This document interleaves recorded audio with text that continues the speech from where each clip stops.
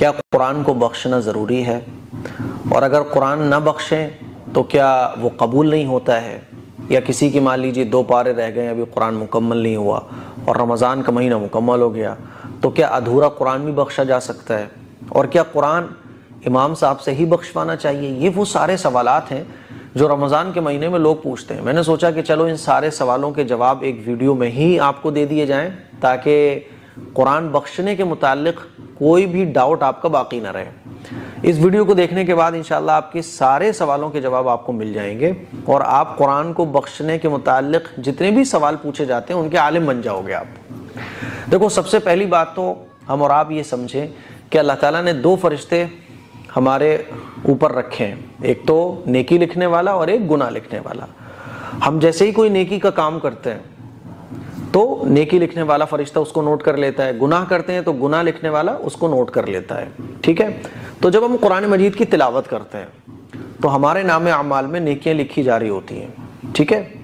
اور جب ہم کوئی گناہ کرتے ہیں تو جتنی دیر گناہ کرتے ہیں گناہ لکھنے والا فرشتہ اس کو کاؤنٹ کر لیتا ہے۔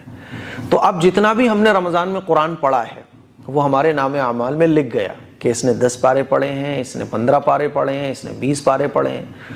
تو پہلی بات تو یہ سمجھو آپ کہ جب وہ نام اعمال میں لکھ گیا تو آخرت میں جب نام اعمال کھلے گا ہمارا، ہے نا، آخرت کا میدان لگے گا، حساب و کتاب کا سلسلہ شروع ہوگا، تو سب نام اعمال میں لکھا ہوا اللہ کے سامنے پیش کر دیا جائے گا کہ اللہ اس بندے نے یہ نیکی کے کام کیے اور یہ برائیاں کی۔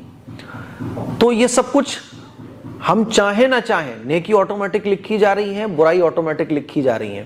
ایسا نہیں ہے کہ آپ کوئی نیکی کو چھپا سکو، نام اعمال میں لکھی جا رہی ہیں، ٹھیک ہے؟ اب جو بات میں آپ کو سمجھانا چاہتا ہوں وہ کیا سمجھانا چاہتا ہوں کہ جتنے بھی ہم نیکی کے کام کرتے ہیں وہ ہمارے نام اعمال میں سیو ہو جاتے ہیں، ہم بخشیں یا نہ بخشیں۔ تو مان لیجیے ہم نے رمضان کے مہینے میں 5 قرآن پڑھے یا 2 قرآن شریف مکمل کیے، تو ہمارے نام اعمال میں لکھ گئے کہ اس بندے نے 2 قرآن شریف رمضان کے مہینے میں مکمل کیے، اور 2 قرآن شریف پڑھنے کا اجر ہمارے نام اعمال میں لکھ گیا۔ اب ہم اس کو بخشیں یا نہ بخشیں۔ تو یہ مسئلہ آپ کا کلیئر ہو گیا ہوگا کہ قرآن شریف کو بخشنا کوئی ضروری نہیں ہے۔ اچھا، لوگ بخشتے کیوں ہیں؟ بخشنے کے بارے میں لوگ یہ سمجھتے ہیں کہ اگر قرآن شریف بخشا نہ جائے تو اس کا ثواب نہیں ملے گا۔ اسی لیے سب سے پہلے میں نے آپ کو یہ چیز سمجھائی کہ بخشنا کوئی ضروری نہیں ہے۔ جو کچھ آپ نے نیکی کے کام کیے رمضان کے مہینے میں سب لکھ گئے، آٹومیٹک سیو ہیں وہ آپ کے نام اعمال میں۔ آخرت کے میدان میں اسٹیٹمنٹ نکلے گا تو سب کچھ آپ کے سامنے آ جائے گا، ٹھیک ہے؟ اب لوگ بخشتے کیوں ہیں؟ بخشنے کا ایک چلن لوگوں میں چلا ہوا ہے، یہ سمجھا جاتا ہے کہ جب تک ہم بخشیں گے نہیں تو قرآن مجید کا ثواب مکمل نہیں ہوگا۔ تو ایسا نہیں ہے۔ اب آپ بخشنا چاہو تو بخشنے کے بھی 2 طریقے میں آپ لوگوں کو بتا دیتا ہوں۔ بعض لوگوں کو جو ہے نا تسلی نہیں ہوتی ہے۔ اب جیسے مان لیجیے علماء ہیں، حفاظ ہیں، ہم لوگ روزانہ 5 پارے 10 پارے 15 پارے پڑھ لیتے ہیں آرام سے، تو ہمارا 4-6 دن میں قرآن مجید مکمل ہو جاتا ہے۔ تو یہ تھوڑی ہے کہ ہم بخشیں گے، بھائی وہ نام اعمال میں لکھ گیا، ہم بے فکر ہیں ایک دم، ٹھیک ہے؟ اب مان لیجیے کبھی ایصال ثواب کی ضرورت پڑ گئی، کسی نے کہا کہ بھائی ہمارے مرحوم کو ایصال ثواب کر دو، تو ہم کہہ دیتے ہیں کہ بھائی ہم نے، یا اللہ ہمارے اتنے قرآن ہوں گے، رمضان کے مہینے میں ہم نے 5 قرآن مجید پڑھے تھے جو ہمارے نام اعمال میں درج ہیں، یا اللہ اس میں سے ہی اتنے قرآن کا ثواب فلاں کو پہنچ جائے، ٹھیک ہے؟ بات سمجھ آ رہی ہے؟ تو بخشنا ضروری نہیں ہے۔ اب کچھ لوگوں کو تسلی نہیں ہوتی ہے، جب تک بخشیں گے نہیں ان کو تسلی نہیں ہوگی۔ تو دیکھو، بخشنے کے بھی 2 طریقے ہیں۔ ایک، بخشنے کا مطلب یہ کہ اللہ جو بھی کچھ میں نے قرآن پڑھا ہے تو اس کو قبول فرما لے، ہے نا؟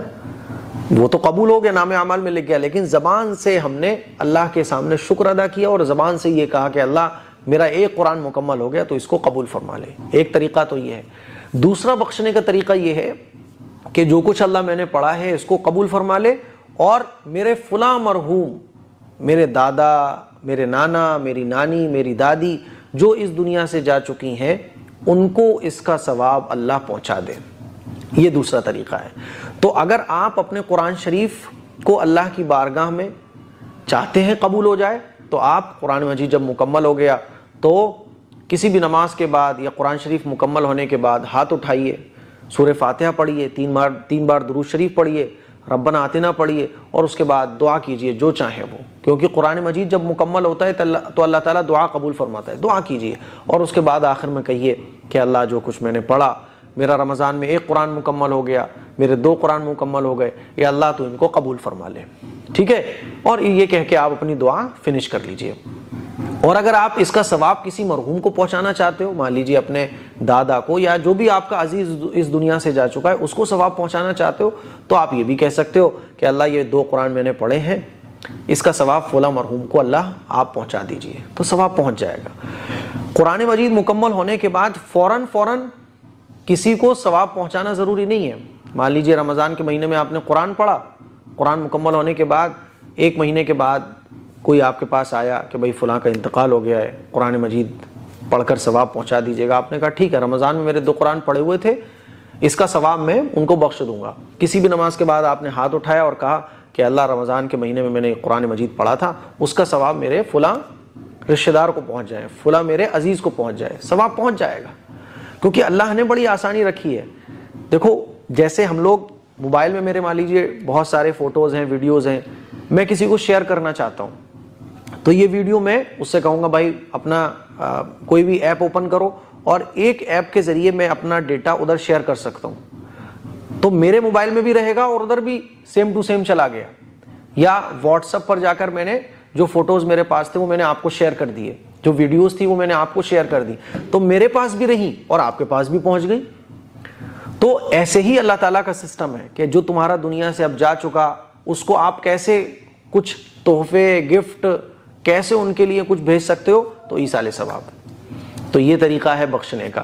کیا امام صاحب سے ہی بخشوانا ضروری ہے؟ نہیں بھائی، دین اسلام کے جتنے طریقے ہیں وہ کسی کی جاگیر نہیں ہے۔ آپ خود جو مولانا صاحب کر سکتے ہیں کام وہ آپ بھی کر سکتے ہو، تو امام صاحب سے بخشوانا ضروری نہیں ہے۔ ہماری خواتین ہیں نا پریشان ہوتی ہیں، تو پریشان ہونے کی ضرورت نہیں ہے، کسی بھی نماز کے بعد ہاتھ اٹھاؤ، یا اللہ یہ 1 قرآن میں نے پڑھا ہے، اس کا ثواب فلاں مرحوم کو پہنچ جائے، یا اللہ تو اس قرآن کو قبول فرما، میری دعاؤں کو قبول فرما، اور اس کا ثواب فلاں کو پہنچ جائے۔ اور آپ جتنے لوگوں کو چاہو ایصال ثواب کر سکتے ہو، جیسے اپنے موبائل کے ذریعے جتنے لوگ ہوں ان کو آپ سیم فوٹو بھیج سکتے ہو، وہ آپ کے پاس بھی رہے گا اور سب کے پاس پہنچ جائے گا۔ ایسے ہی جو بھی کچھ آپ نے قرآن پڑھا ہے وہ آپ کے پاس بھی رہے گا، اور آپ نے جتنے لوگوں کو بھیجنا چاہو بھیج سکتے ہو۔ آپ نے کہا سارے صحابہ کو پہنچ جائے، اور حضور علیہ الصلوۃ والسلام کے بعد سے لے کے جتنے بھی اب تک مسلمان اس دنیا میں آ چکے ہیں سب کو پہنچ جائے گا۔ تو میرے عزیز بھائیوں، یہ ہے ایصال ثواب کا طریقہ۔ اور ایصال ثواب کے لیے جو ہے نا قرآن مجید مکمل ہو تو مٹھائی بانٹ سکتے ہو آپ خوشی میں، کوئی بات نہیں ہے نا۔ باقی یہ ایصال ثواب کا طریقہ ہے جو میں نے آپ کو بتایا۔ اچھا ادھورا قرآن ہو تو دیکھیے قرآن مجید مکمل ہو، جیسے میں نے آپ کو بتایا ایصال ثواب کا مطلب کیا ہے، قرآن بخشنے کا مطلب کیا ہے۔ قرآن بخشنے کا 2 مطلب، ایک تو یہ کہ آپ اللہ سے کہہ رہے ہو کہ اللہ جو کچھ میں نے قرآن پڑھا اس کو قبول فرما، ٹھیک ہے۔ دوسرا یہ کہ آپ اس قرآن کے ثواب کو کسی کو پہنچانا چاہ رہے ہو، تو 2 مطلب ہو گئے قرآن بخشنے کے۔ تو اب مان لیجیے آپ نے 10 پارے پڑھے ہیں تو 10 پارے بھی آپ بخش سکتے ہو۔ اگر آپ نے کوئی بھی نفلی عبادت کی ہے، مان لیجیے 10 رکعت نفل آپ نے پڑھی ہیں، اس کو بھی آپ بخش سکتے ہو، ہے نا۔